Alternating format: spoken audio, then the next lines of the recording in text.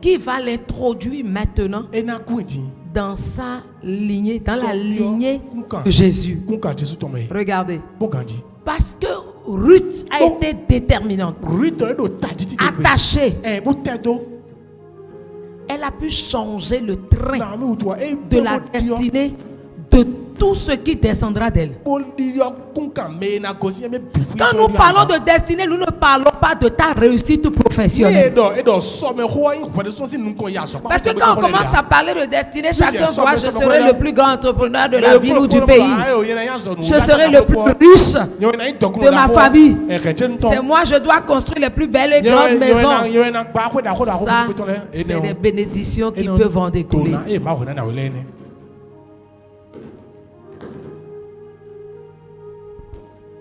Une destinée, c'est ce pourquoi tu es né.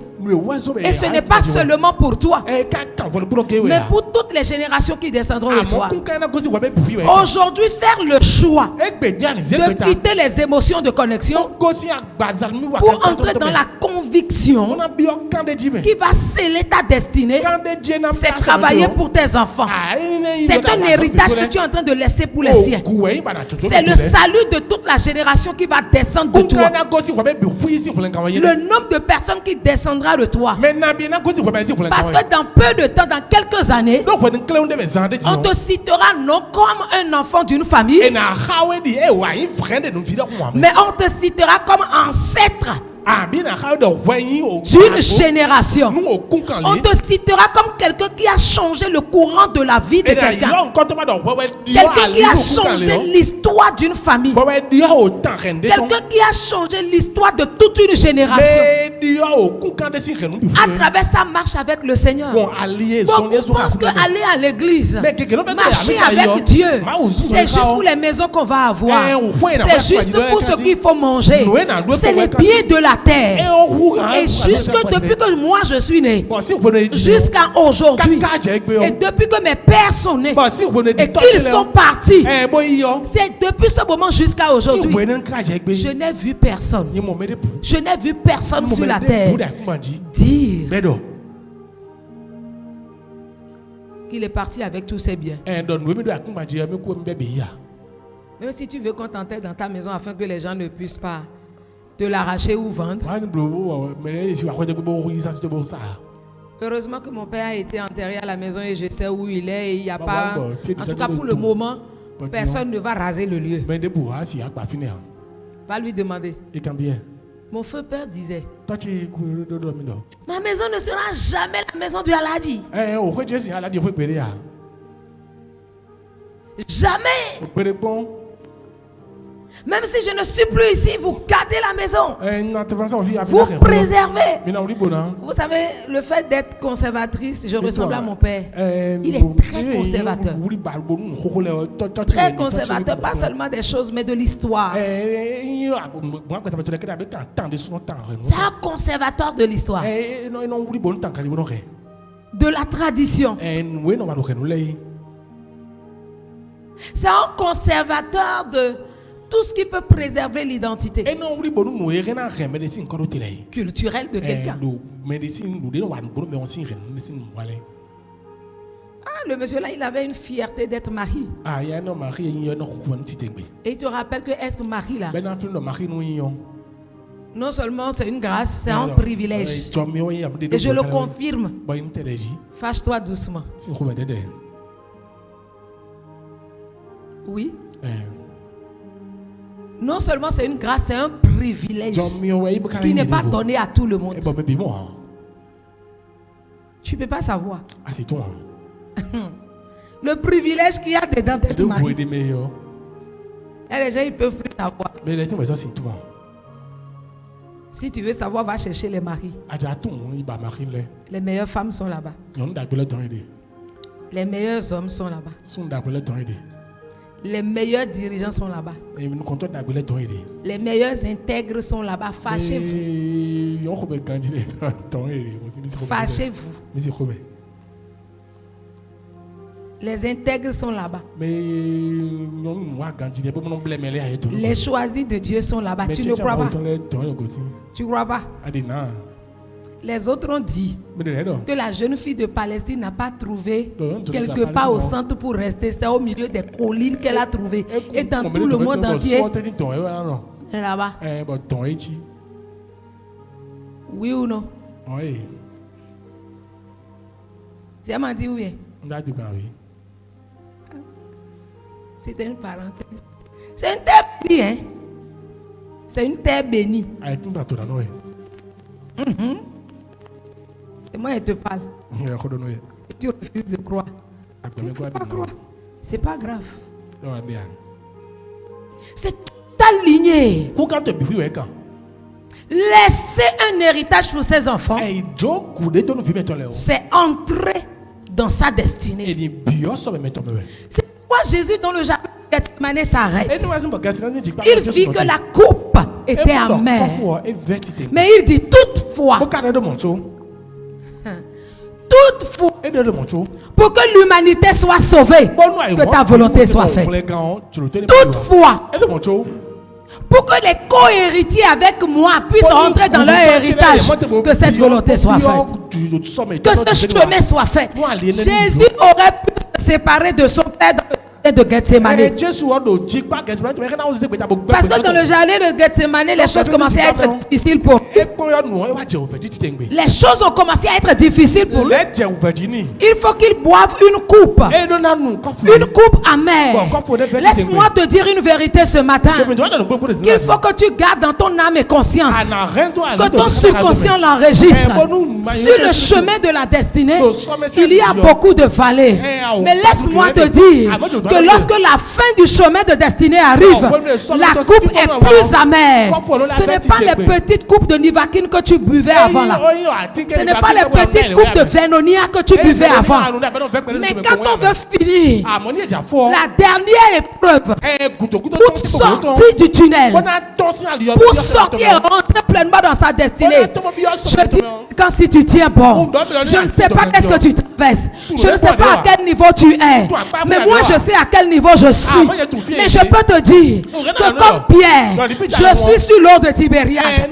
Quand je descendrai de l'eau de Tibériade, il dira même tu, il dira même tu, et lorsqu'il va dire même tu, et que je lui dirai, puisque c'est toi l'auteur de ma foi et le consommateur de ma foi, c'est toi l'auteur de ma destinée, et la gloire de ma destinée te revient, c'est toi qui me le diras, et qu'il dira Père mes brebis, je rentrerai dans ma destinée. Parce que lorsque le souverain pasteur qui a disparu à Pâques, le souverain pasteur qui a été ôté à Pâques, Jésus le souverain pasteur, lorsqu'il réapparaîtra, Pierre dit c'est le début du couronnement. C'est le début du couronnement. Mais le souverain pasteur a été préparé par Dieu. Le souverain sera célébré. Le souverain avec l'œuvre qu'il a accompli, il apparaîtra. Je dis Jésus reviendra vêtu de gloire, le Fils de l'homme, il réapparaîtra et ce sera le début du couronnement de ta destinée. Ce sera le début de rentrer dans la saison. Parce que là où tu es, la nuit est sombre. Jésus dit à Pierre, enfant, avez-vous trouvé quelque chose à manger? La pêche n'a pas été concluante.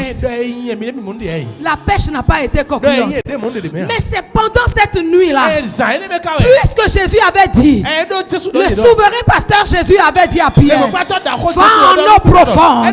C'est dans la profondeur que se trouve la réussite du parcours. C'est dans les eaux profondes, dans la profondeur, que tu vas accomplir ta destinée. Je dis à un jeune ce matin, c'est dans la profondeur que tu bâtiras ta destinée. Ce n'est pas dans l'agitation stérile dans laquelle tu es. Ce n'est pas les choses que tu es en train de croire aujourd'hui. Va en eau profonde, parce qu'il n'y a plus beaucoup de temps. Il lui donne maintenant la stratégie. Il dit, puisque tu es déjà en eau profonde, puisque maintenant tu n'as rien trouvé, parce que c'est la nuit profonde, et la nuit ne favorise pas ta vision. La nuit des épreuves ne favorise pas la vision. La nuit des difficultés ne favorise pas la vision. Il dit maintenant que c'est le lever du jour. Maintenant que tu es en train de finir le parcours. Maintenant que tu es en train de sortir du tunnel. Maintenant que tu veux entrer dans le début du couronnement. Voici ce que tu vas faire. Change de direction. Change de direction. Quand Dieu dit change de direction, quand Jésus dit change de direction, ce n'est pas que le chemin de vie. Change de direction, c'est change de manière de faire. Change ta manière de diriger. Change ta manière de parler. Change ta manière d'interagir avec les gens. Change ta manière de voir les choses. Change ta manière. Il dit change de direction. Donne dos à ce que tu as fait jusqu'ici. Ce n'est pas le commencement. Non, mais c'est maintenant que tu trouves le chemin. Parce que la croix, c'est la croisée de deux chemins à terre. La croix, ce n'est pas quatre chemins. Ce n'est pas quatre chemins. Mais la croix, c'est la croisée de deux chemins. Le chemin sur lequel tu es, et tu trouves le point central, le point focal qui lie les deux chemins. Et tu prendras l'autre chemin. Il n'y a pas 1000 chemins dans la vie. Celui de Dieu ou celui de la perdition. C'est pourquoi le Seigneur va dire dans le jardin de Gethsemane, tu vas faire le choix. Moi Dieu, je ne te ferai pas le choix. Il n'a pas le choix pour personne. Il a dit l'arbre qui est au beau milieu du jardin. Parce que par cet arbre, l'humanité a échoué. Le péché est rentré. Par un arbre ou le fruit d'un arbre, peut-être que ta destinée avait été sabotée. Peut-être que tu ne bougeais pas. Mais laisse-moi te dire, dans un autre jardin, parce que ça a commencé par un jardin qu'on appelait le jardin d'Éden. On appelait ça le jardin du commencement. Je ne sais pas si tu as quitté le jardin du commencement. Je ne sais pas à quel niveau tu es dans ta vie. Et moi, je ne me préoccupe pas de ça. Parce que vers la fin des temps, il n'a pas dit coup derrière eux. Il a dit prends soin de toi-même. Prends soin de toi-même, de ta foi. Parce que je ne vais jamais conduire des brebis et voir les brebis être enlevées. Et moi je resterai. Je partirai. Autant que certains brebis qui ont compris le chemin partiront. Dans un jardin, il a dit l'arbre qui est au centre, cet arbre-là porte deux choses, la vie et la mort. La vie de ta destinée, la vie de ta promesse, la renaissance de la promesse de Dieu, de ce que Dieu a dit sur toi, et la mort de ta destinée, c'est-à-dire le sabotage personnel de ta destinée. C'est pourquoi je t'ai enseigné sur l'auto-sabotage. Il y a beaucoup de personnes qui ont saboté leur destinée eux-mêmes. Personne n'est à la base. Aucun diable n'est à la base. Aucun royaume des ténèbres n'est à la base. Tu as saboté ta destinée parce que tu te crois plus intelligent que Dieu. Et tu ne veux pas faire les choses comme Dieu. La Bible dit qu'il n'y a que deux chemins. L'arbre là n'a que deux chemins. L'arbre là n'a que deux chemins. Et donc il dit dans ce jardin, je te conseille de choisir la vie, de choisir la vie, de choisir le chemin, l'attachement au chemin qui va te permettre de rentrer dans ta destinée. Et l'homme a marché.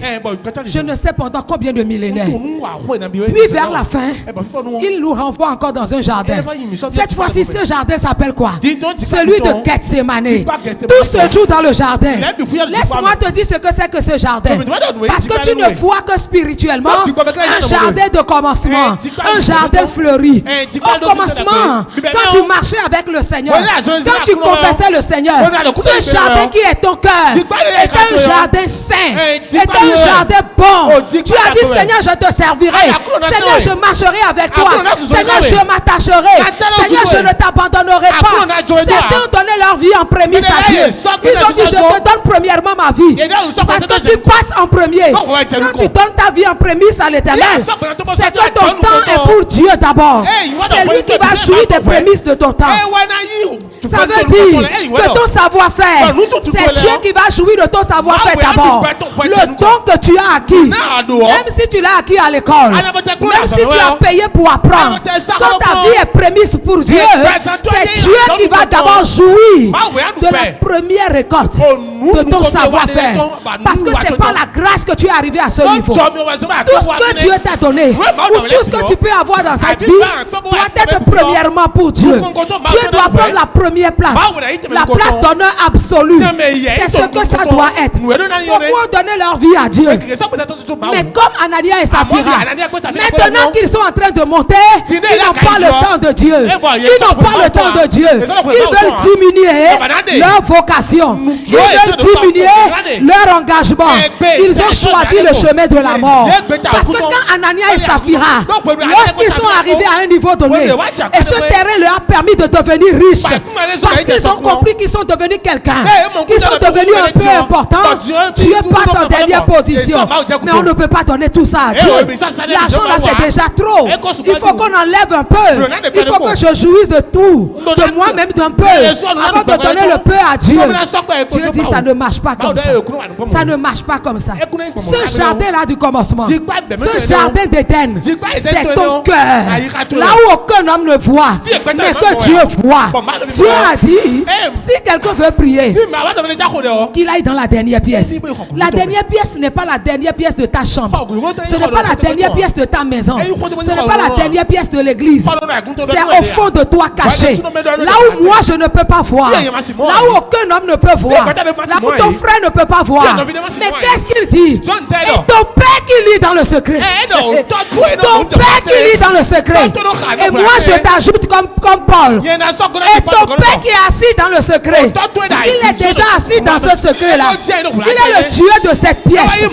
Parce que tout homme qui réussit dans le monde, dit-on, a une pièce secrète. A une pièce secrète que personne ne doit ouvrir, que personne ne doit découvrir. Spirituellement, c'est tout simplement le cœur de cet homme riche. Qu'est-ce qui est dans son cœur qui fait la base de sa richesse? Quel est dans son cœur? C'est quoi l'interdit qui est dans son cœur? On dit que si quelqu'un rentre dans la pièce, la vie de cette personne lui donne de l'argent. C'est quelqu'un qui sacrifie intérieurement la destinée des autres. C'est quelqu'un qui tue la destinée des autres. C'est dans son cœur qu'il choisit le mal. Ce cœur est ce jardin. Au commencement, tes motivations étaient bien avec Dieu. Au commencement, tes motivations étaient saines avec Dieu. Et tu étais un zélé de Dieu. Tu étais un amoureux de Dieu. Tu étais celui qui ne pouvait pas vivre sans la présence de Dieu. J'ai envie de dire à quelqu'un, ne me donne pas la réponse, mais j'ai envie de dire à quelqu'un, sens ton cœur.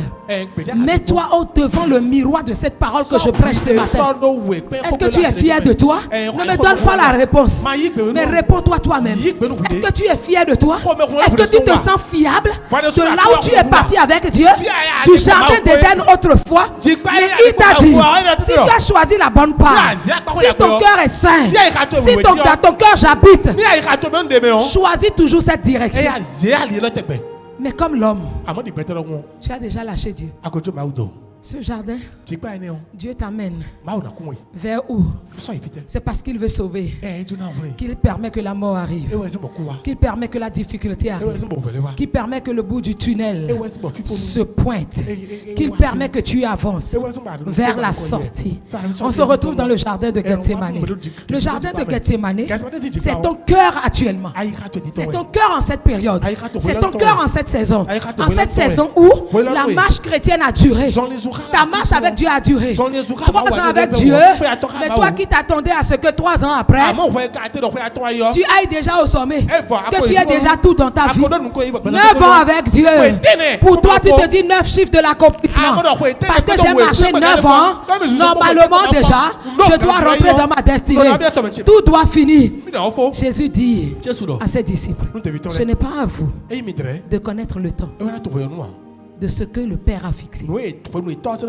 Acte chapitre 1. Ce n'est pas à vous de connaître les temps que le Père a fixé de son propre chef. C'est lui qui sait le jour, l'heure. Et Jésus n'a fait que dire tout le temps. Nul ne connaît le jour ni l'heure, mais le Maître arrive. Il y aura la fin du monde. Mais laisse-moi te dire que quand la Bible parle de la fin des temps, et que Daniel nous dit qu'il y aura la fin d'un temps avant d'avoir la fin des temps, Daniel était en train de nous donner une révélation. C'est la fin des saisons de difficulté, de la saison de préparation, de la saison des douleurs d'abord. Tu vas rentrer pleinement dans la promesse de Dieu sur la terre avant de rentrer dans la promesse de Dieu dans l'au-delà. C'est ce que beaucoup de chrétiens ne savent pas. Quand on commence à parler de retour de Jésus, quand on commence à parler de la fin, on ne voit que la fin du monde. Un jour, les véhicules vont rentrer en collision. Un jour, Dieu va créer catastrophe sur la terre. Je ne peux pas te dire avec certitude que ce jour-là sera visible. Je ne peux pas te le dire avec certitude que Dieu va enlever les gens et puis le monde sera catastrophique. Est-ce que tu imagines que Dieu enlève quelqu'un? Celui qui a les commandes, le commandant de bord de l'avion qui est dans l'air avec beaucoup de personnes, d'un Boeing 700. Ça fait crash sur la terre, ça tue les gens. C'est un Dieu de désordre. Franchement, si c'est comme ça qu'il me donne la révélation, quand il va m'en donner, je reviendrai te dire. Un Dieu de désordre. Et toutes les nations comme ça, le chaos total. Alors que c'est du chaos qu'il a sorti ce monde. Ne cherche pas les choses visiblement. Il y en a qui sont spirituels. Il y en a, tu dois avoir une compréhension spirituelle de ces choses-là. Mais Jésus, il dit qu'il reviendra dans le jardin de Gethsémane. C'est l'état de ton cœur où le temps est avancé, où le temps est avancé, où tu es avancé en âge spirituel, mais les choses ne sont pas en train de s'accomplir comme toi tu veux. Ce n'est pas toi qui as décidé que les choses doivent changer, mais pourquoi tu veux que ça bouge comme ça? Bien-aimé, écoute la parole d'un expérimenté, de quelqu'un qui est en train de marcher avec Dieu. Je ne connais pas tout, je n'ai pas la science spirituelle infuse, mais pour le chemin que j'ai fait avec Dieu, ce n'est pas peu. Ce n'est pas peu. Cette année, ça fait 39 ans de marche avec le Seigneur. 39 ans de marche avec le Seigneur.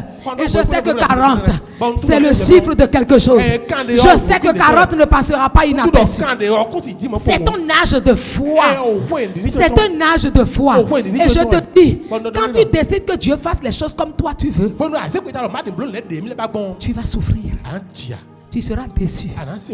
Les 1000 km à pied, ça use les souliers. Mais ça ne descend pas Dieu de son trône.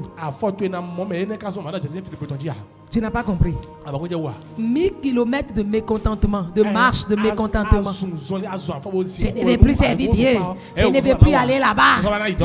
Les gens qui font des trucs comme ça, les chrétiens qui font des trucs comme ça, ce n'est pas parce que toi tu as abandonné l'église que la destinée de l'église ne va pas s'accomplir. Ce n'est pas parce que tu as abandonné au loin de Dieu que la destinée de loin de Dieu ne va pas s'accomplir. Ça va s'accomplir comme Dieu a décidé, au temps où Dieu a décidé. Et rien ne peut empêcher cela. Rien ne peut arrêter cela.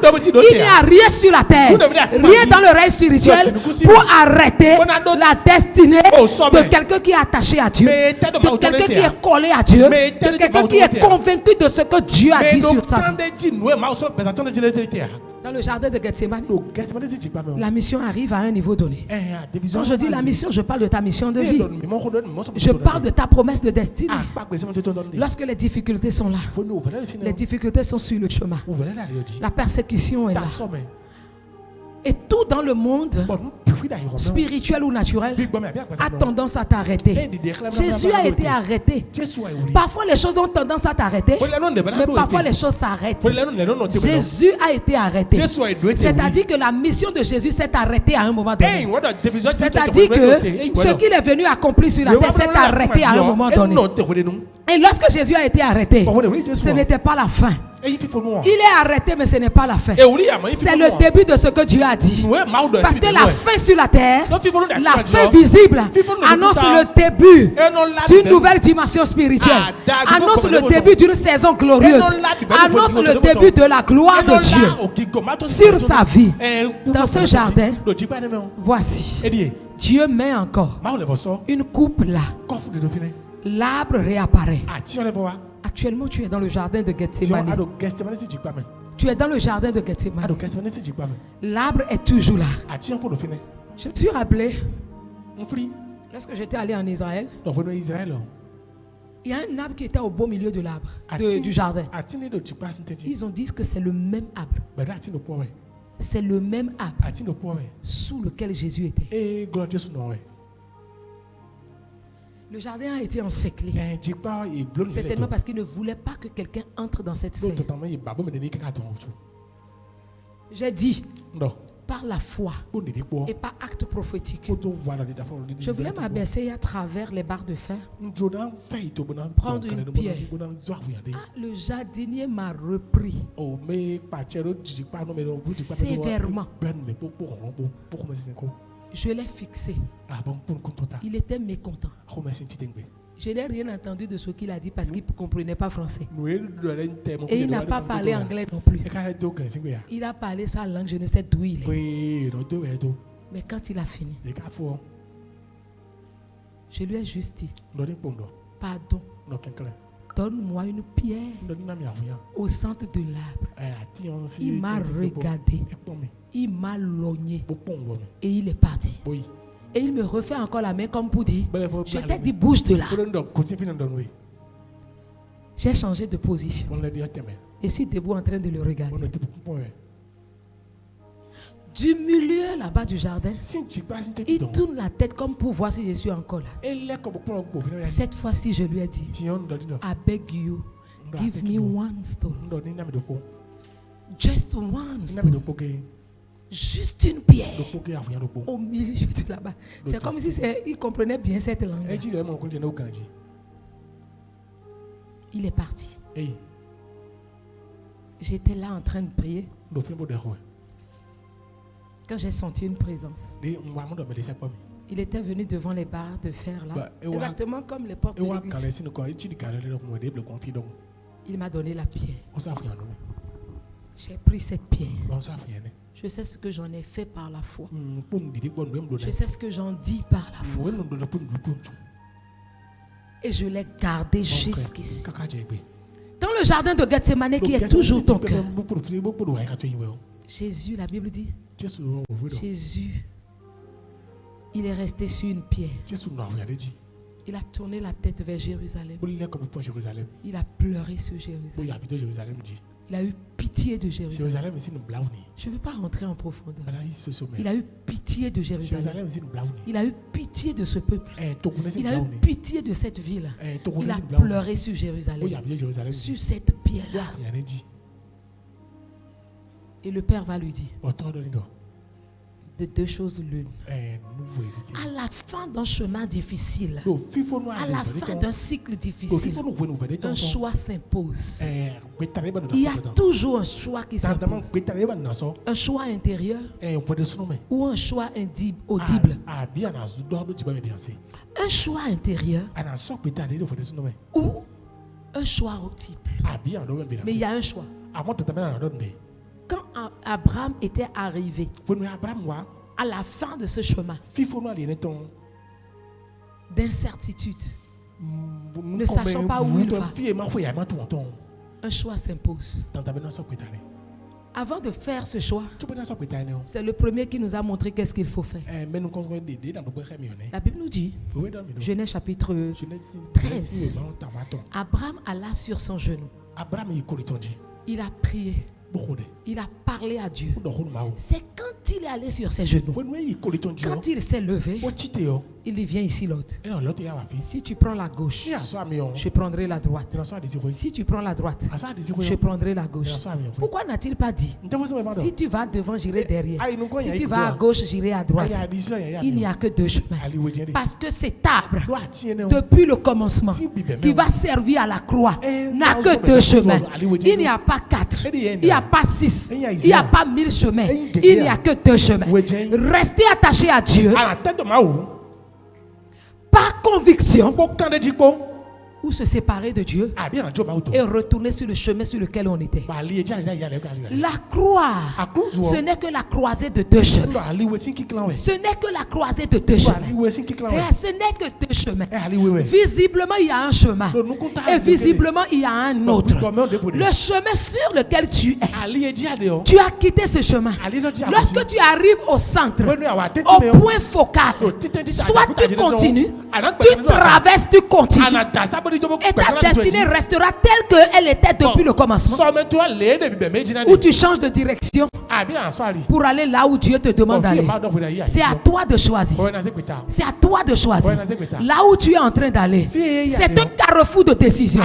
La gloire est un carrefour de décision. Je te dis pas que c'est un carrefour de décision. Celui qui passe chaque Pâques, rien que comme une fête, Jésus est déjà ressuscité. Il n'y a plus rien à faire. C'est terminé. Je suis dans la joie. Tu perds ton temps. À chaque Pâques, Jésus a payé le prix. Mais tu prendras une décision décisive de ta vie. Le nombre de Pâques que tu célèbres dans ta vie avant ta mort me révèle le nombre de décisions que tu as prises. Je ne parle pas d'abord de décisions bonnes ou mauvaises. Et quand je parle de mort, je ne parle pas d'abord de la mort de ton corps, mais de la mort de ta destinée ou de ta promesse. Pour que ce que Dieu a dit sur toi ne s'accomplisse pas, c'est les décisions que tu as prises. Moi, je te parle d'abord du nombre. Pâques, ce n'est pas une fenêtre simple. C'est pourquoi, inspiré par Dieu, je te donne une fenêtre de 10 jours. 10 qui est un chiffre de fin des cycles. Parce que si ces 10 jours passent, 11e jour, tu rentres dans un autre cycle. 11e jour, tu passes à une autre dimension. 11e jour, quelque chose va se passer. Mais la décision te revient. J'ai dit une chose au Seigneur cette semaine. J'ai dit, Seigneur, même si je me retrouve seul, je ne manquerai aucun de ces 10 jours. En tout cas, pour ma vie. En tout cas, pour ma vie, pour ma destinée, pour ma mission.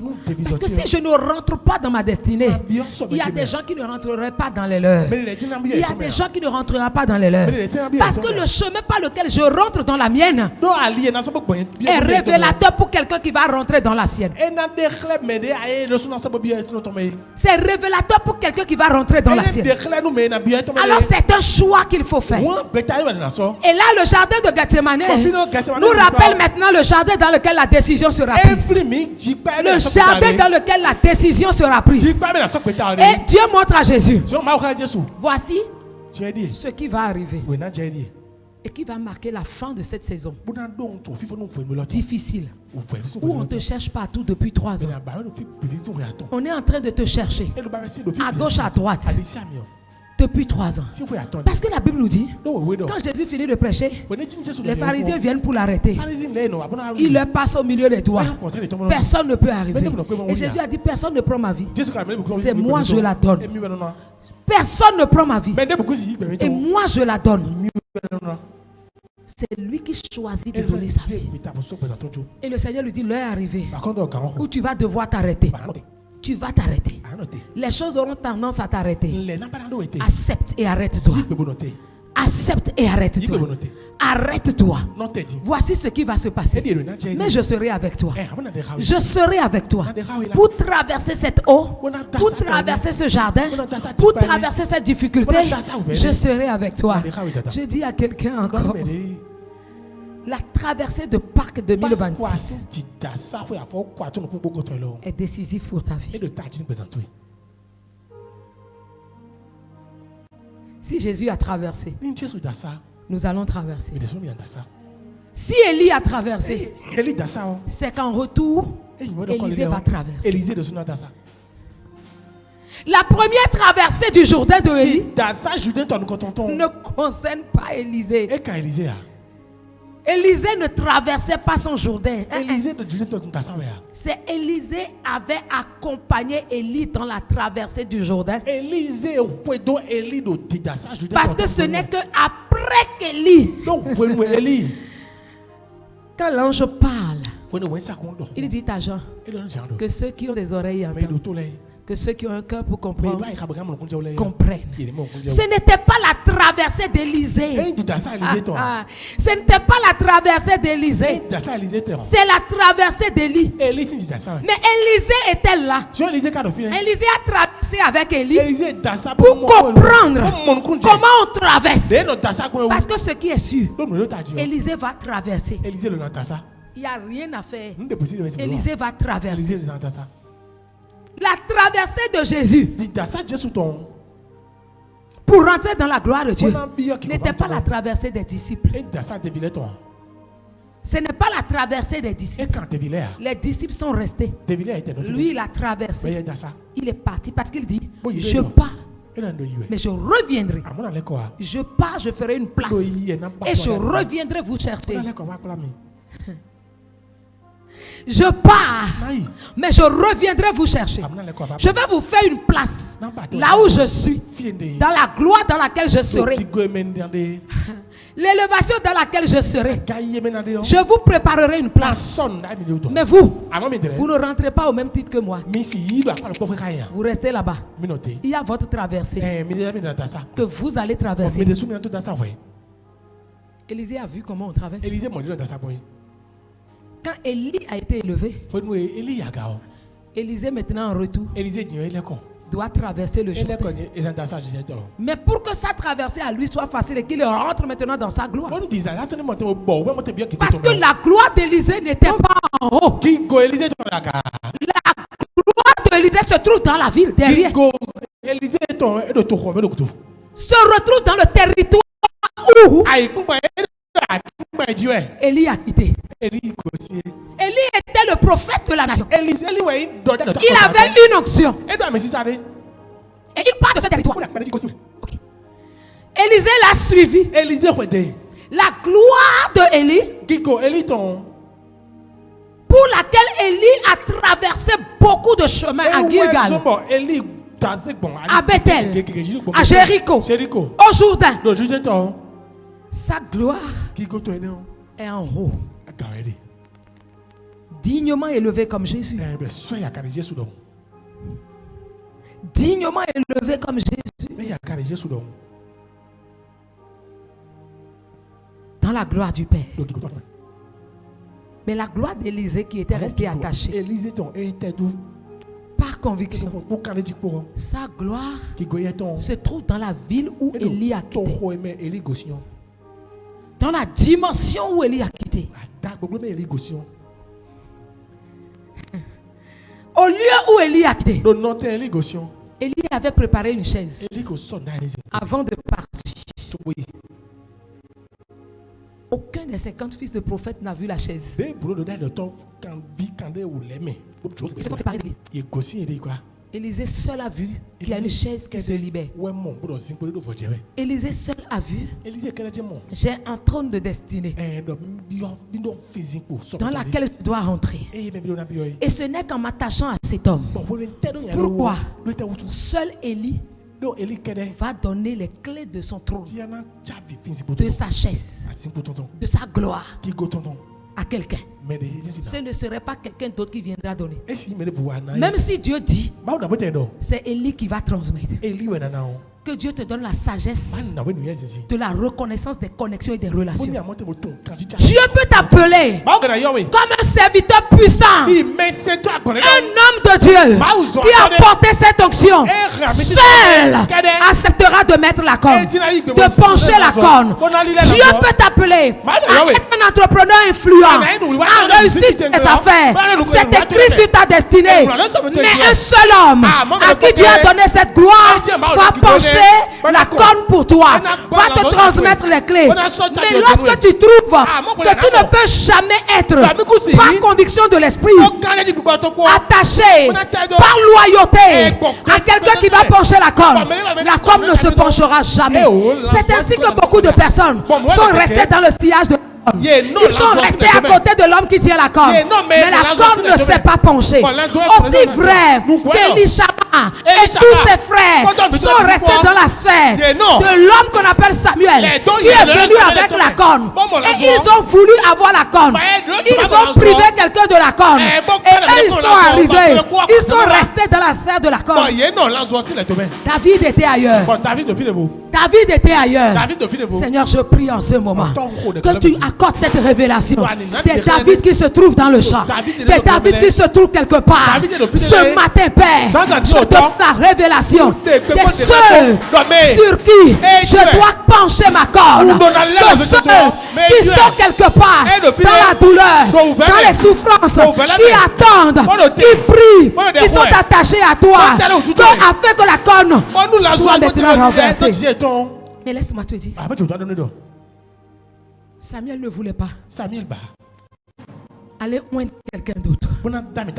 Il a plaidé pour que Saül reste. J'ai déchiré la royauté sur lui. J'ai déchiré la royauté sur lui. Il n'y a rien que tu puisses faire, Samuel. Il n'y a rien que tu puisses faire, Samuel. Ils n'hériteront pas de toi. Ils n'hériteront pas de toi. Ils n'hériteront pas de toi.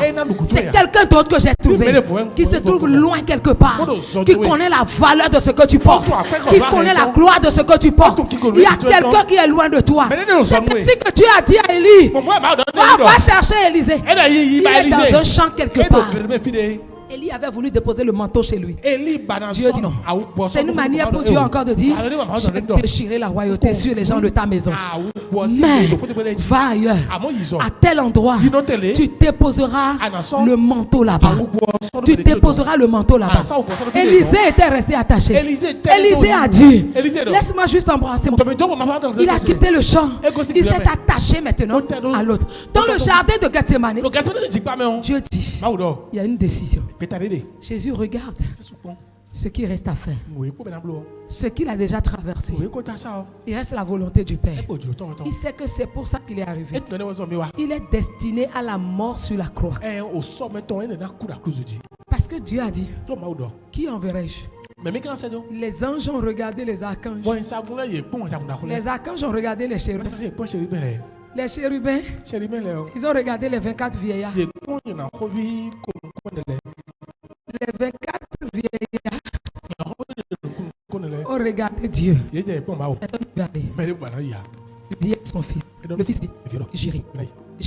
À partir du moment où le fils a dit j'irai, il y a une raison pour laquelle le fils veut aller. Le fils n'est pas venu pour avoir beaucoup de maisons. C'est pourquoi il dit le fils de l'homme, il n'a pas où reposer la tête. En fait, il n'est pas venu reposer sa tête. Il sait pourquoi il est né. Il sait pourquoi il est envoyé. Il dit je ne suis pas venu pour ça. Il dit j'irai. J'irai, c'est pourquoi. J'irai afin de payer le prix. J'irai pour porter la croix. J'irai pour accomplir sa volonté. J'irai pour faire ce qu'il a dit. Regarde-moi. J'irai pour être cloué. J'irai pour être arrêté.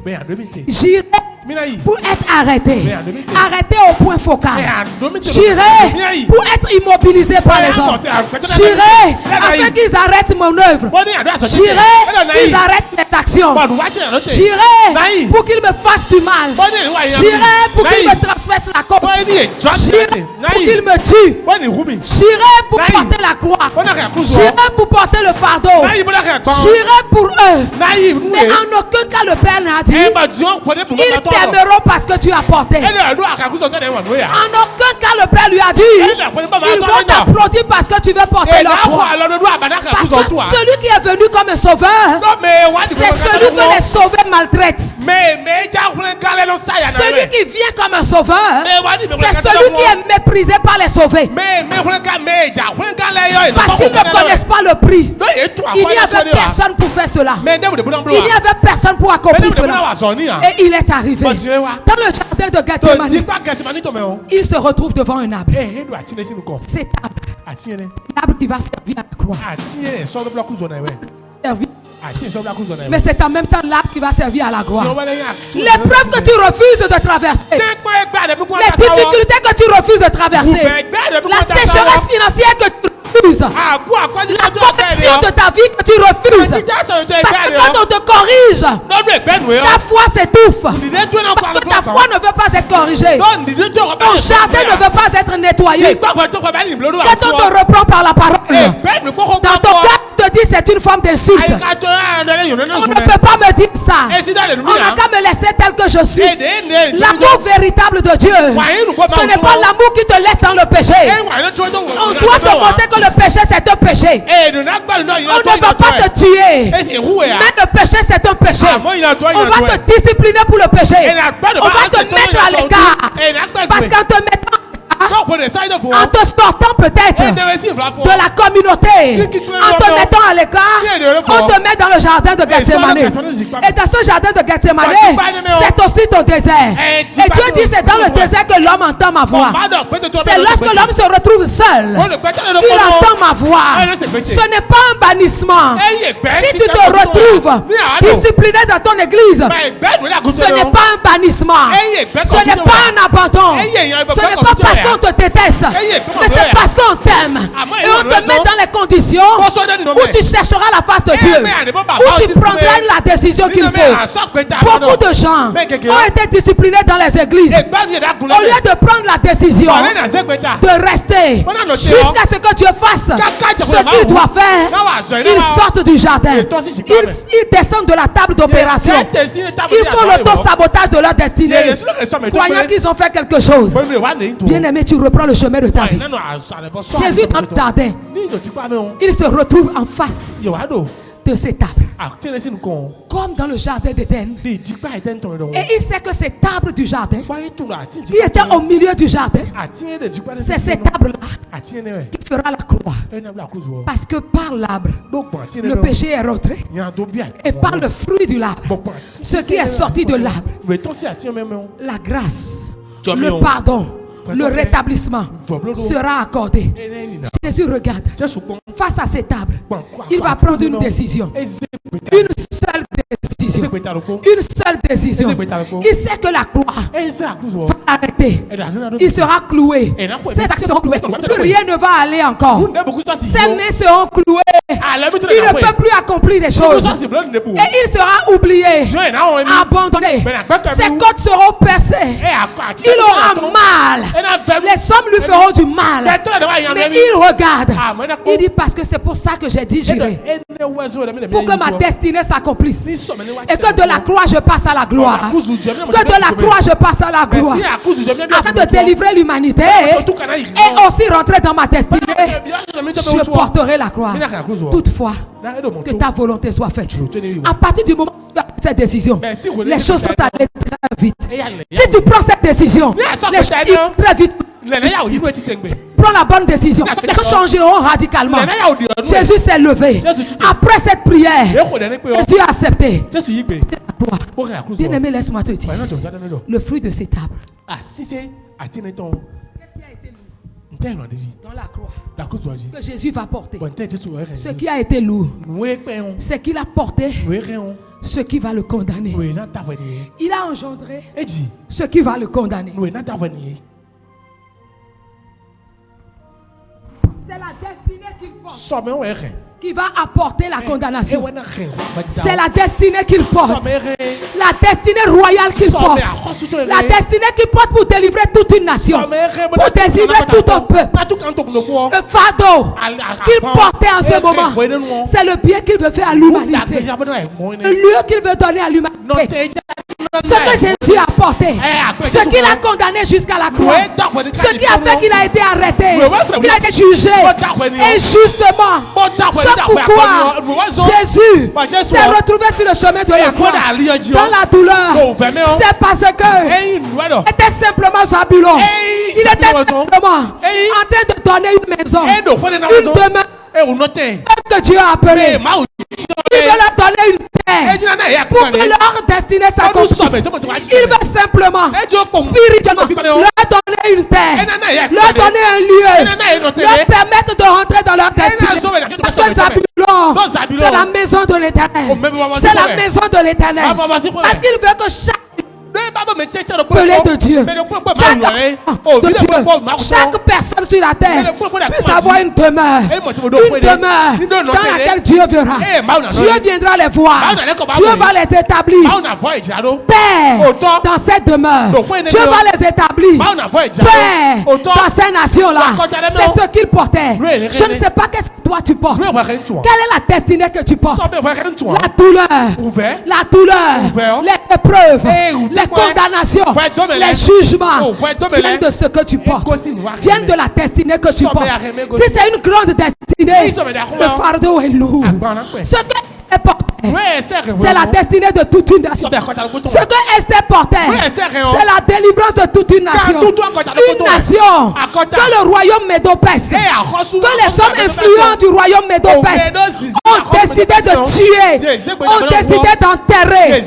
Une destinée de tout le peuple d'Israël que le royaume Médo-Perse a destiné à la mort, au tombeau, a condamné au tombeau, a condamné au silence de cimetière. C'est ce que Esther portait. La destinée de toute une nation. La destinée de toute une nation. Il y a des gens, comme le dirait nos traditions, qui sont des continents. Ils engendrent des tigres. Ils engendrent des lions.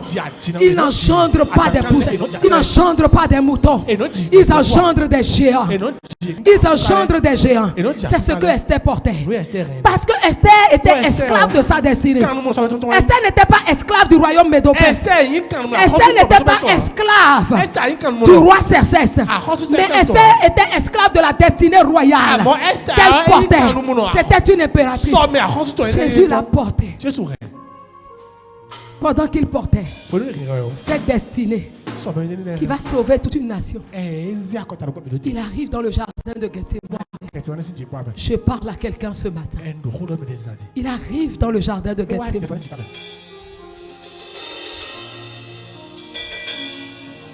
Et qu'est-ce qui va se passer? Judas a vendu Jésus. Mais laisse-moi te dire la vérité. Judas qui a vendu Jésus. Qu'est-ce que cela veut dire? Judas n'est pas une mauvaise personne. Judas est celui qui allait dire aux pharisiens et à tout le peuple: ce qu'il porte est royal. Ce qu'il porte est divin. Ce qu'il porte, c'est une couronne. C'est pourquoi à la croix, la couronne d'épis est arrivée. Ils ont cru enlever la couronne de gloire pour lui donner une couronne d'épis, en oubliant que la couronne d'épis qui a fait couler son sang faisait alliance avec la couronne de gloire. Parce que lorsque le souverain apparaîtra, ce sera le début du couronnement. Ce sera le début du couronnement de sa vie. Sa vie sera couronnée de la destinée que Dieu a écrite. Je demande au Seigneur ce matin qu'il ouvre le cœur de quelqu'un, qu'il ouvre l'esprit de quelqu'un et qu'il donne à quelqu'un d'entendre ses paroles, non comme une voix humaine, mais comme une voix divine dans l'accomplissement de leur destinée. Quand il commence à porter ça, il y a quelqu'un de son camp qui l'a vendu pour dire: c'est le prochain roi d'Israël. Sinon, pourquoi ont-ils mis un riche sur sa croix? Pourquoi ont-ils mis le roi des Juifs sur sa croix? A-t-il jamais dit qu'il sera le roi des Juifs? A-t-il jamais prononcé quelque part?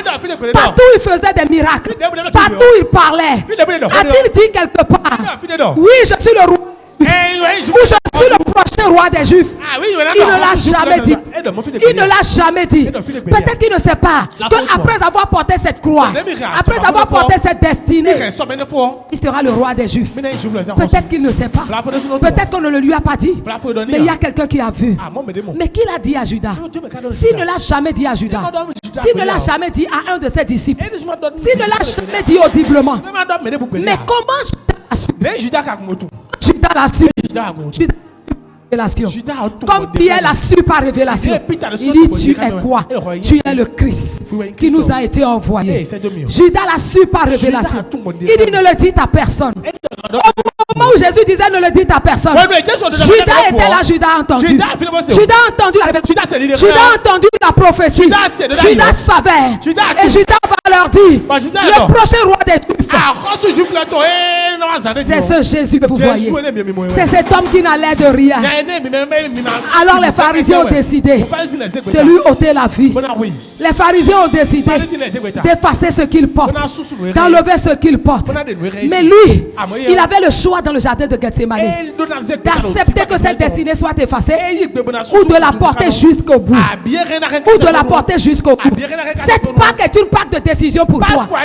Est-ce que sous le poids du fardeau, comme cette croix qui est lourde, comme cette destinée qui est lourde, qui est pesante, mais qui est glorieuse, est-ce que tu vas décider de la saboter pour quitter le territoire de faveur où cette croix va arriver à destination pour que tu rentres dans la gloire?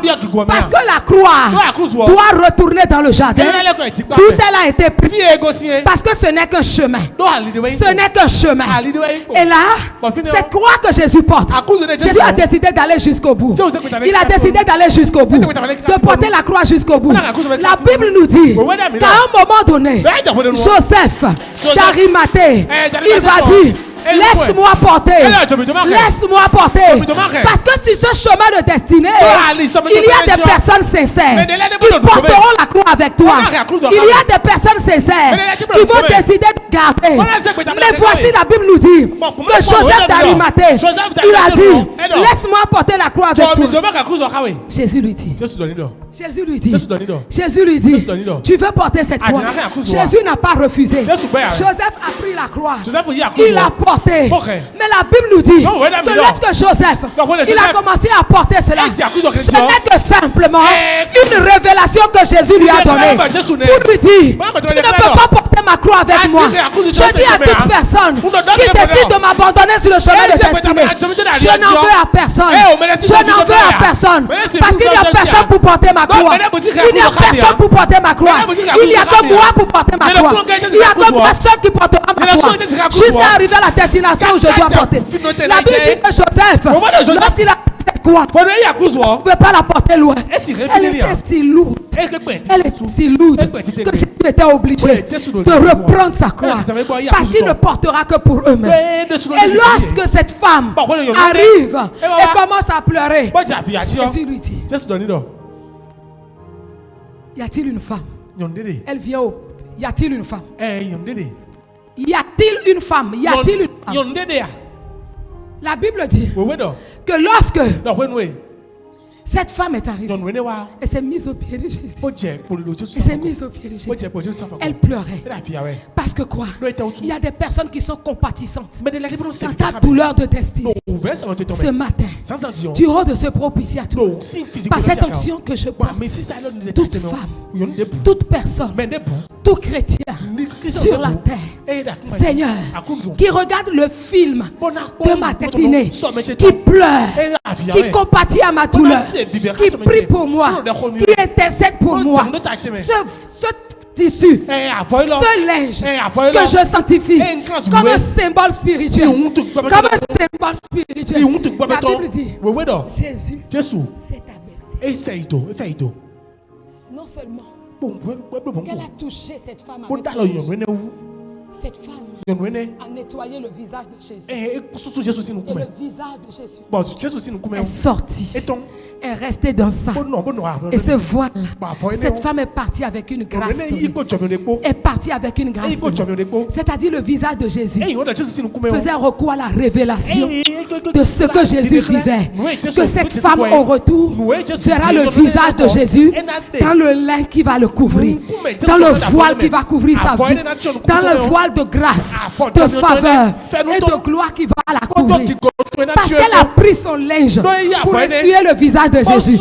Parce que ça a touché son corps. Et ça a touché le corps de Jésus. Une révélation a été donnée. Un linge a été donné. Un turban royal a été donné. Et Jésus dit à cette femme: Ne pleurez pas pour moi. Pleurez pour vous. Ne pleurez pas pour moi. Ce n'est pas une parole orgueilleuse. C'est pour dire, ne pleurez pas pour ma croix. Ne pleurez pas pour ce que je vis. Je ne suis pas un sujet de pitié. Mais pleurez pour vous-même. Pleurez au pied de la croix. Pleurez devant Dieu. Pleurez pour la croix que vous allez porter. Pleurez pour la destinée que vous portez. Et Dieu aura compassion de vous. Dieu aura compassion de vous. Et si tu t'es jeté au pied de Jésus, tu pars avec cette révélation sur ta destinée. Sur ta destinée. Et Jésus continue son chemin. Personne ne peut porter ta croix à ta place. Le fait d'abandonner dans les connexions que Dieu te donne. Le fait d'abandonner les connexions que Dieu te donne. Les relations dans lesquelles Dieu te donne. Afin que ta vision soit claire. Parce que cette femme, sa vision a été clarifiée. Sa vision de la croix, des difficultés, des épreuves a été clarifiée. Elle comprend que là où il y a le feu, c'est pour que la destinée soit cuite. C'est pour que la destinée soit élevée. Là où il y a des douleurs, là où il y a des difficultés, là où les problèmes ont commencé, là où on doit traverser les zones, c'est une révélation pour la suite. Et c'est ce que Élie révélait à Élisée. C'est ce qu'on doit regarder dans cette connexion de conviction qui nous conduit, qui porte notre destinée. Joseph et cette femme, Marie-Madeleine. Jésus était simplement en train de montrer que la destinée que ces deux la portent est une destinée de grande envergure, comme la destinée que lui aussi il porte. Cette destinée est aussi grande. Jésus va continuer son chemin. Il tombe, il se relève.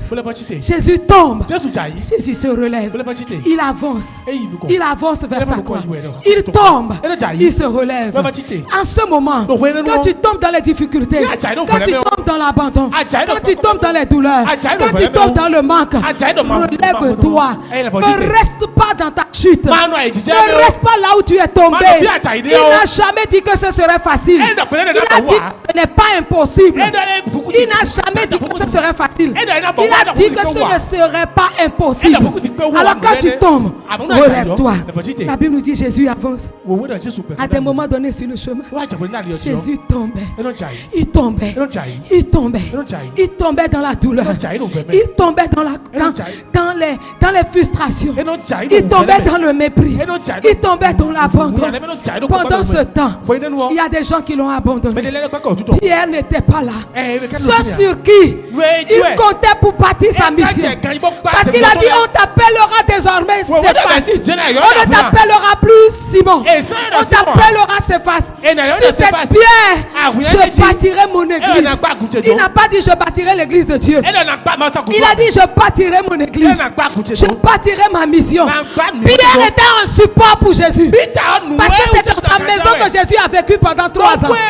Pendant les 3 ans de sa mission, il a vécu au dépens de Pierre. C'est Pierre qui les nourrissait. C'est dans la maison de Pierre qu'il restait. Pierre était un support pour lui. Sur toi, je bâtirai mon église. Jésus était simplement en train de dire à cet homme, je compte sur toi pour accomplir ma mission. Je compte sur toi pour accomplir cette mission. Il a oublié de compter sur Dieu. Il a oublié de compter sur Dieu. Mais parmi les humains, après avoir compté sur Dieu, il veut compter sur Pierre. Sur les 12, il avait l'estime pour Pierre. Il a choisi Pierre. Il avait un amour élevé pour Pierre. La Bible nous dit dans le jardin, juste lors de l'arrestation, Pierre l'a renié. Je ne le reconnais pas. Je ne le connais pas. Ceux sur qui il comptait l'ont renié.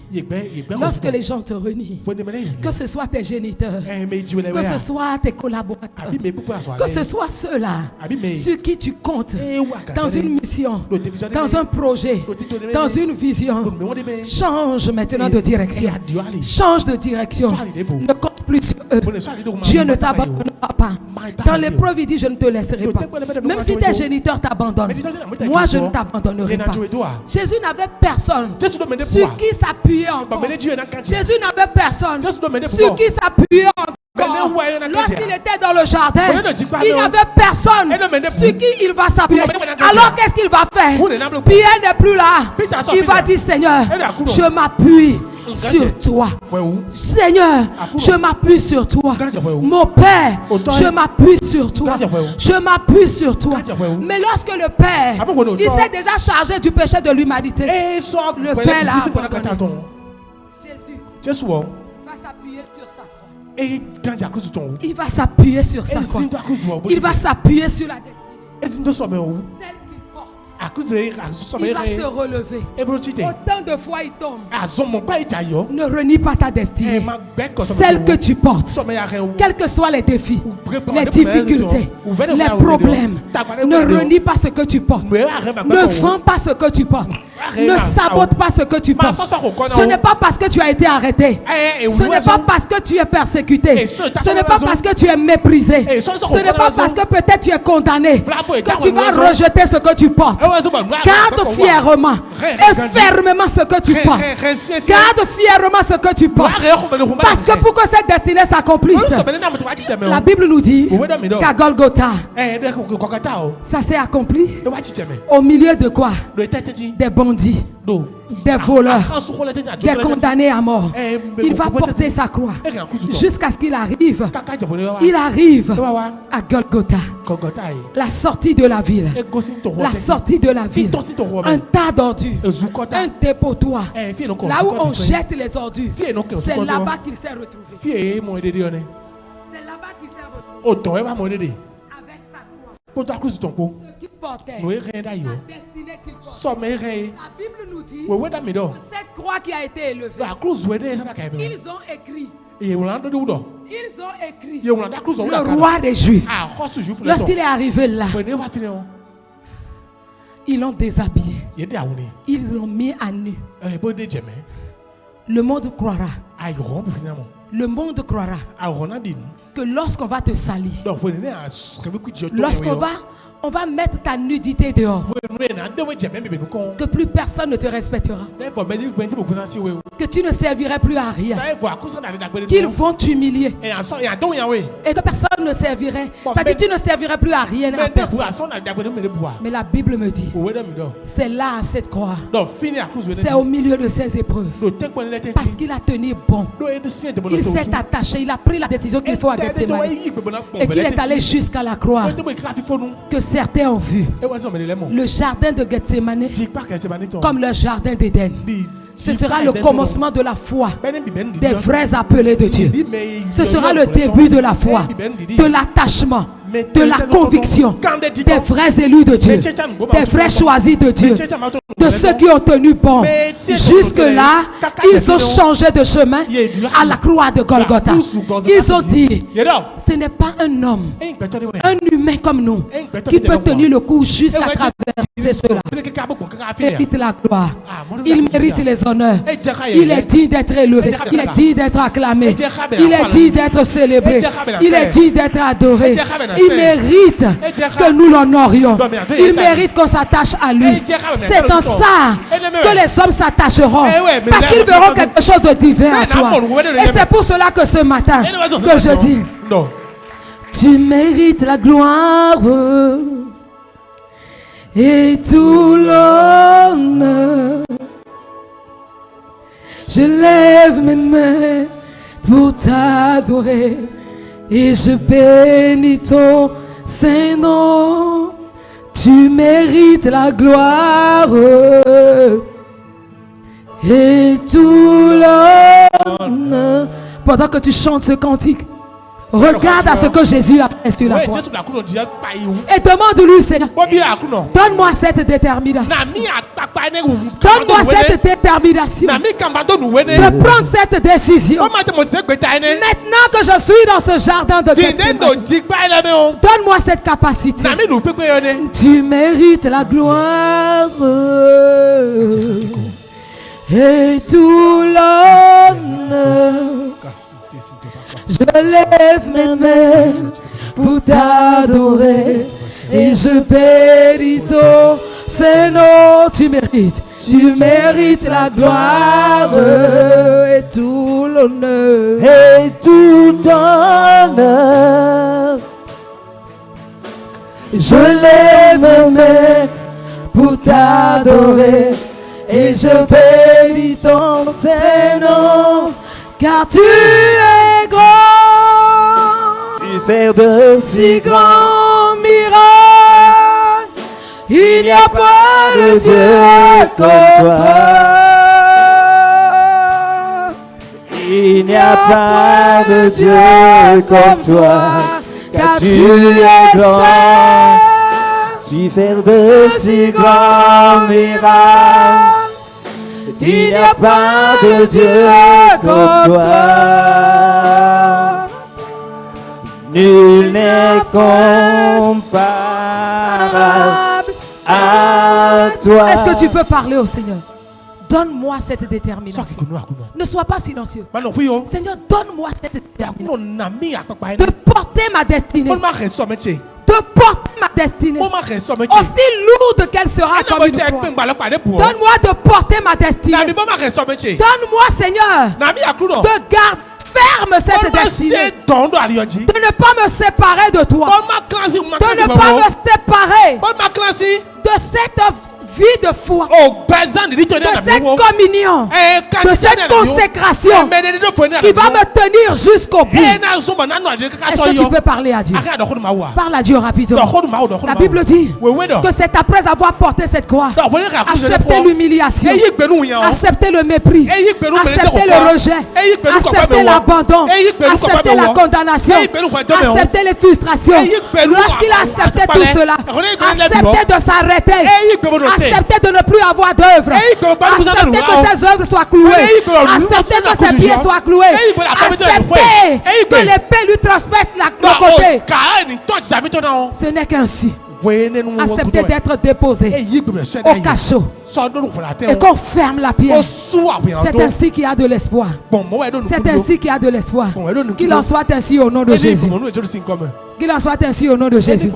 Est-ce que tu peux t'asseoir maintenant dans la présence du Seigneur? Je vais conclure rapidement mon message. C'est lorsqu'il a accepté porter cela. La Bible nous dit que c'est maintenant que les choses vont aller plus vite. Les choses vont aller plus vite. Je te dis, tu es au carrefour de ta destinée. Tu es au carrefour de ta destinée. Tu es au carrefour de ta destinée. Et au carrefour de la destinée, on fait le bon choix. On fait le bon choix. On prend la bonne décision pour avancer. C'est pourquoi Élie, chaque fois, disait à l'idée. Chaque fois, il disait à Élisée, reste ici. Parce que toi, Élisée, tu ne peux pas faire mon chemin de destinée. Tu ne peux pas faire le chemin de destinée avec moi. Je suis seul à faire ça. Je suis seul à marcher au milieu des épreuves. À Gilgal. Je suis seul.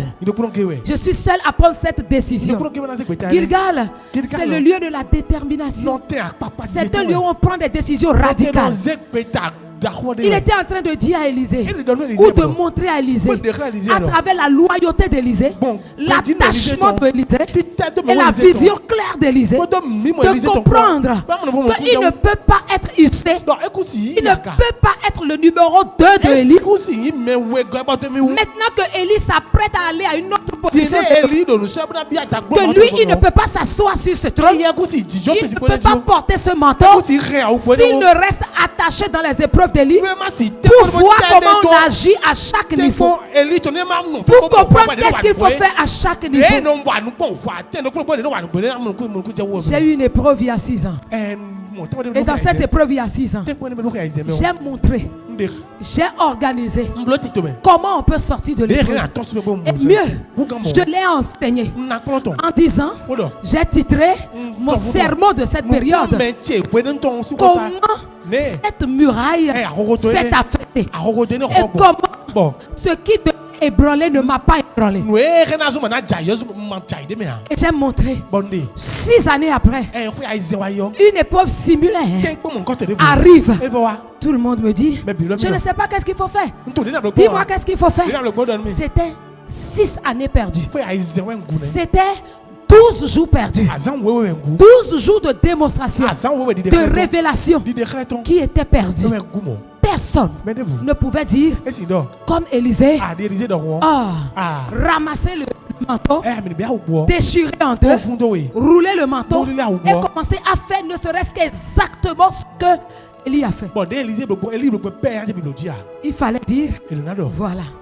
Mais le moment arrive et c'est déjà là où Élie est parti.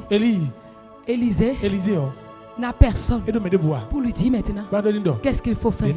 Parce que du lieu où Élisée se trouve, il y a un pont qui les sépare.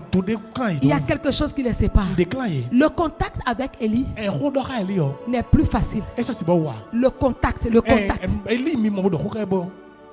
n'est plus facile. Le moment arrive et le moment est déjà là que je vois où Élie, là où Élie sera, Élisée ne pourra plus avoir. C'est pourquoi Élisée chaque fois répondait, Dieu sait, ton âme sait, je ne te lâcherai pas.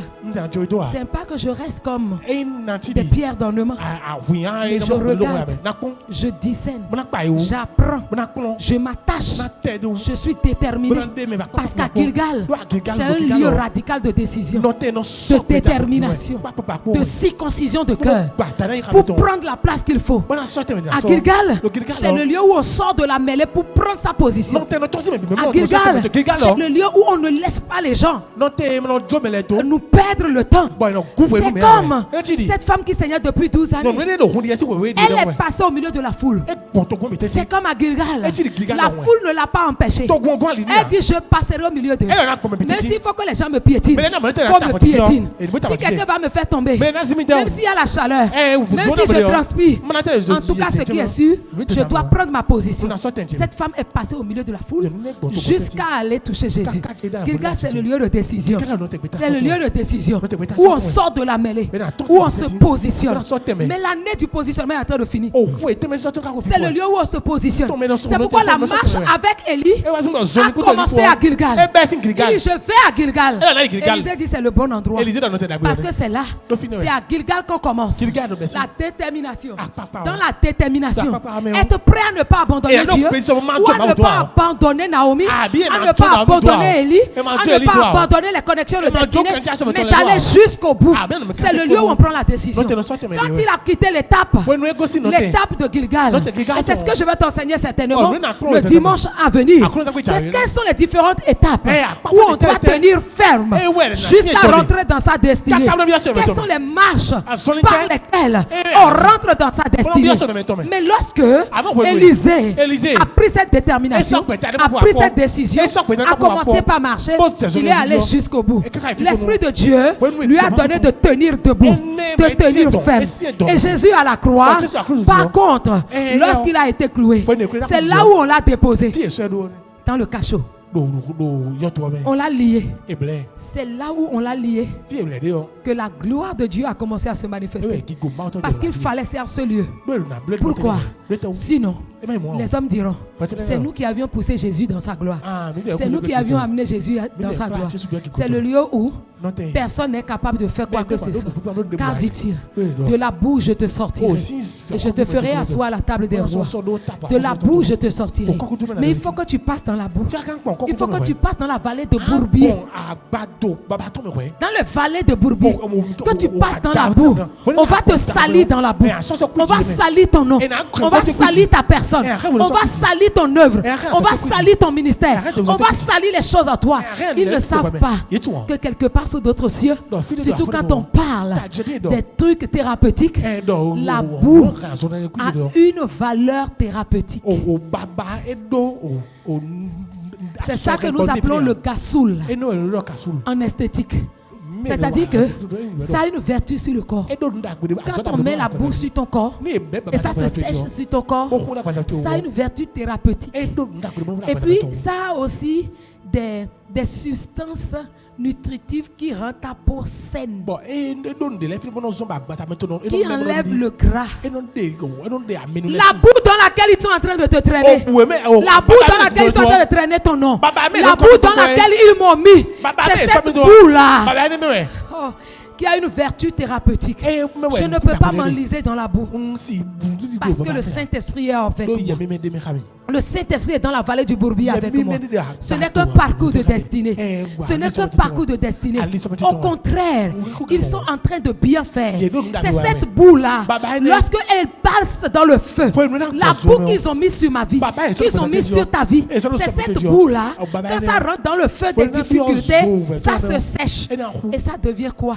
Un fourneau qui permettra à la marmite, même en terre cuite, de la boue encore, de porter le repas de destinée qui est ta destinée, afin que le feu des difficultés que tu as traversées fasse cuire. Aucun élément dans les difficultés que tu traverses, aucun élément dans les persécutions que tu traverses, aucun élément n'est mauvais. Tous ces éléments sont transformés par Dieu. Tous ces éléments sont restaurés par Dieu pour te faire du bien. C'est pourquoi à la fin Joseph a dit: vous avez voulu le mal pour moi, vous avez trafiqué le mal pour moi, vous avez comploté le mal pour moi, mais Dieu l'a changé en bien. Dieu changera le mal en bien pour toi. Les épreuves dans lesquelles tu es, et les gens savent qu'ils vont finir avec toi, Dieu changera ces épreuves en bien pour toi. Mais la croix te permet, ce jardin de Gethsemane va te permettre de travailler ton cœur. C'est ça que tu retiens. Dans le jardin de Gethsemane, on préserve son cœur, on travaille son cœur. Si Jésus a dit à la fin: Père, pardonne-leur, car ils ne savent pas ce qu'ils font, c'est dans le jardin de Gethsemane que son cœur avait déjà été transformé. Parce que le cœur, c'est ce jardin-là. C'est là-bas qu'il a dit toutefois que cela soit fait. Et Jésus a compris que ceux-là qui étaient ses persécuteurs, que ceux-là qui étaient en train de le juger, que ceux-là qui voulaient le condamner, que ceux-là qui s'élèvent contre sa destinée ne sont que des instruments de Dieu, ne sont que des instruments que Dieu a utilisés, que ce n'est pas eux-mêmes qui ont décidé, c'est dans le plan de Dieu. Et c'est ainsi que cela est devenu la gloire de Jésus. C'est devenu la gloire de Jésus. Et tout a commencé à changer. La transformation et le miracle était instantané à partir du moment où Jésus s'est attaché à sa destinée et les épreuves de sa destinée jusqu'à aller à la croix. Je dis à quelqu'un: ne fuis pas les épreuves. Ne fuis pas les épreuves. La Bible nous dit que bien que Joseph a porté la croix avec Jésus et qu'il a vu qu'il ne pouvait pas porter, il n'est pas parti. Il n'a pas lâché Jésus. Il a marché avec lui sur le chemin. Il a fait le chemin de la croix avec lui. Et à la fin, il dit: permettez-moi de l'enterrer. Permettez-moi de parfumer ce corps. Permettez-moi d'honorer ce corps.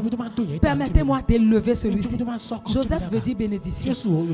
Joseph veut dire ce que l'Éternel ajoute. Il ajoute toujours à la fin de toute épreuve, de toute persécution. Il ajoute la gloire. Il ajoute la bénédiction. Il ajoute l'élévation. Il ajoute toujours. Il est resté quand même. Et il a suivi jusqu'au bout. Ne rate pas ta destinée. Aujourd'hui, Dieu te pose une question. Vas-tu être Orpa ou seras-tu Élisée qui s'attache à Élie? Dieu te pose une question aujourd'hui. Seras-tu Jésus attaché malgré les épreuves de destinée, ou vas-tu abandonner ta destinée? Dieu te pose la question. Es-tu quelqu'un? Es-tu quelqu'un? Ma conclusion d'aujourd'hui restera sur des questionnements. Dieu te demande aujourd'hui: es-tu quelqu'un qui quitte les connexions ou les relations quand les choses commencent à être difficiles pour cette personne ascendante dans la relation? Es-tu quelqu'un qui te sépare de tes Naomi parce qu'il n'y a plus rien dans leurs mains, parce qu'il n'y a plus rien? Es-tu quelqu'un qui quitte tes Élie parce que tu penses que Dieu les enlèvera et qu'ils ont tout perdu? Ou bien es-tu quelqu'un qui reste jusqu'à la transmission totale, qui reste jusqu'à la transmission, parce que c'est Élie qui va transmettre à Élisée? Il y a toujours une main de transmission. Quoi que Dieu va te donner, il suscitera toujours quelqu'un, une main qui va te transmettre ce que Dieu a dit. Et mais il y a aussi les mains humaines. C'est pourquoi il t'a dit: ne mets pas la faveur des hommes. Ne méprise pas la faveur des hommes. Il y a toujours un territoire qui est favorable spirituellement à la transmission. Si le territoire de Gilgal n'a pas été favorable à la transmission, elle a quand même été favorable à la prise de décision. Si la terre de Jéricho n'a pas été favorable à la transmission, elle a été favorable à voir l'abondance des épreuves et de la persécution. Si la terre de Bethel n'a pas été favorable pour demeurer, n'a pas été favorable pour la transmission, elle a été favorable à la demeure. Pour demeurer. Parce que Bethel veut dire la demeure de Dieu. Pour demeurer quand même ferme sur le territoire, au lieu que Dieu a choisi, l'endroit que Dieu a choisi, l'environnement que Dieu a choisi, pour que cela s'accomplisse là, Bethel a quand même été favorable à ça. Si Jéricho n'a pas été favorable à la transmission, elle a quand même été favorable à voir la taille des barrières, à voir la grosseur des murs, à voir la taille de la persécution et à voir que l'humanité dans l'homme, l'humain en l'homme ne peut pas briser ces murailles, mais que seul Dieu va briser les murailles. Seul Dieu va briser les fondements de toute accusation, de toute condamnation, de toute justice qui s'élèvera contre toi, spirituel ou physique. Mais si le Jourdain n'a pas été favorable à la transmission et elle a quand même été favorable à voir la plénitude des choses souillées, la plénitude des obstacles, la plénitude des ponts qui sont fixés. Mais cela a créé en Élysée la détermination de suivre jusqu'au bout, de traverser le Jourdain, de comprendre que c'est lorsque le Jourdain est à son cru, quand les autres sont à leur cru, c'est en ce moment qu'on manifeste l'audace de mettre le pied dans le Jourdain et le Seigneur va séparer les Jourdains. Il va mettre chaque chose à sa place. Il va mettre chaque chose à sa place. Comme les eaux du Jourdain et la mer Rouge. La Bible dit que la mer Rouge s'est séparée et que les eaux de la mer Rouge se sont arrêtées jusqu'à la ville d'Adams. Depuis le commencement de cette persécution, depuis le commencement de cette malédiction, ce que Dieu a dit, c'est ce qu'il a accompli. Et il est fidèle pour le faire. Ce que sa bouche a dit, c'est ce que sa main accomplit. Dieu ne t'abandonnera pas. Il ne te laissera pas. Attache-toi au Seigneur. Attache-toi par conviction de l'Esprit. Et prends la décision qu'il faut. Que l'Éternel bénisse sa parole. Amen.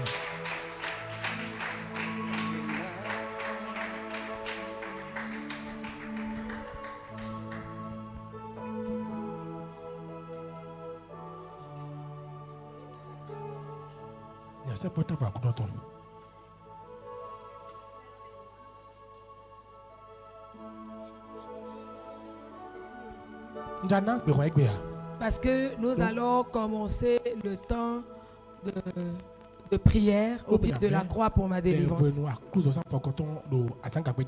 Et je dirais que Dieu t'accorde la compréhension spirituelle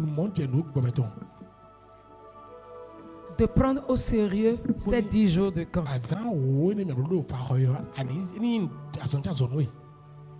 Puisque pour des raisons que je préfère taire en direct, j'ai poussé le démarrage du camp de prière au mercredi prochain. Donc ce serait plutôt du 25 au 1er.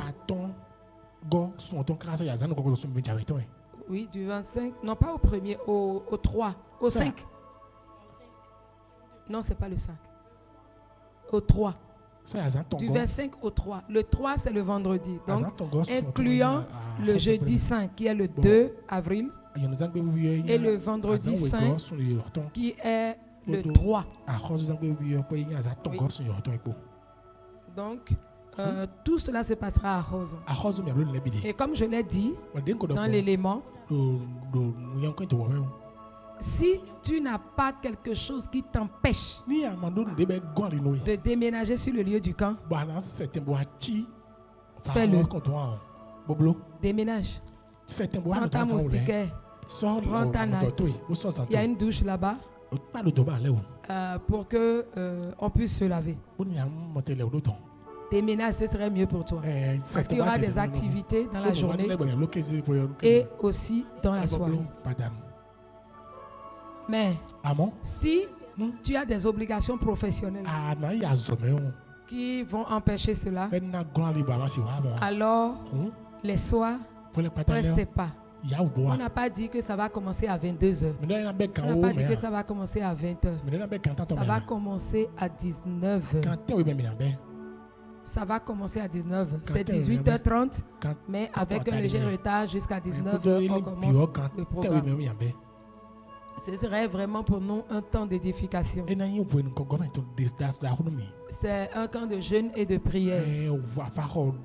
Mais chacun est libre de faire comme il veut. Quelqu'un ne veut pas jeûner. Quelqu'un veut jeûner, tant mieux. Quelqu'un veut prier, gloire à Dieu. Quelqu'un ne veut pas prier, gloire au Seigneur. C'est mieux de prendre le temps de faire ce qu'on doit faire afin d'avoir la force, l'énergie spirituelle de traverser certaines situations qu'on va traverser. Et le Seigneur le dit. La nouvelle année spirituelle, je ne le dirai que comme ça, la nouvelle année spirituelle va tanguer. La nouvelle année spirituelle va tanguer. Je ne dirai pas plus. Donc, ce serait à partir du mercredi. Normalement, aujourd'hui, nous devrions aller sur le terrain à Rose. Mais compte tenu du culte des leaders, ce n'est pas évident. Je ne sais pas si il y a des gens qui vont trouver le temps. Parce que le mercredi, dans la matinée, nous allons donc faire une évangélisation dans la zone avant d'ouvrir le camp le soir à 19h. Donc, tous ceux qui veulent nous aider doivent se rendre disponibles déjà même dès le mardi soir pour qu'on puisse aller de l'autre côté. Et le mercredi matin, le 25 matin, déjà, on puisse organiser la séance d'évangélisation dans la zone, dans le marché de Kwaou et à certains endroits de Ahozon, avant d'ouvrir le camp le soir. Si tu penses qu'il y a des personnes qui en ont besoin, parle-leur et qu'ils puissent participer aussi à ça. Et je pense que l'élément qu'on va donner tout à l'heure pendant les communiqués, on va repasser encore, te permettra de mieux comprendre les motivations, l'importance de ce camp-là. À Rosan, nous n'avions pas de connexion. Donc, ce ne serait pas en direct. Ils vont certainement prendre des extraits que chaque soir, on va passer avant de commencer le camp, les soirs. Donc, prépare-toi pour cela. Et à la fin du culte, comme on a le culte des leaders, on va pouvoir parler à ceux qui veulent servir. On va pouvoir donner des détails sur comment les choses vont se faire.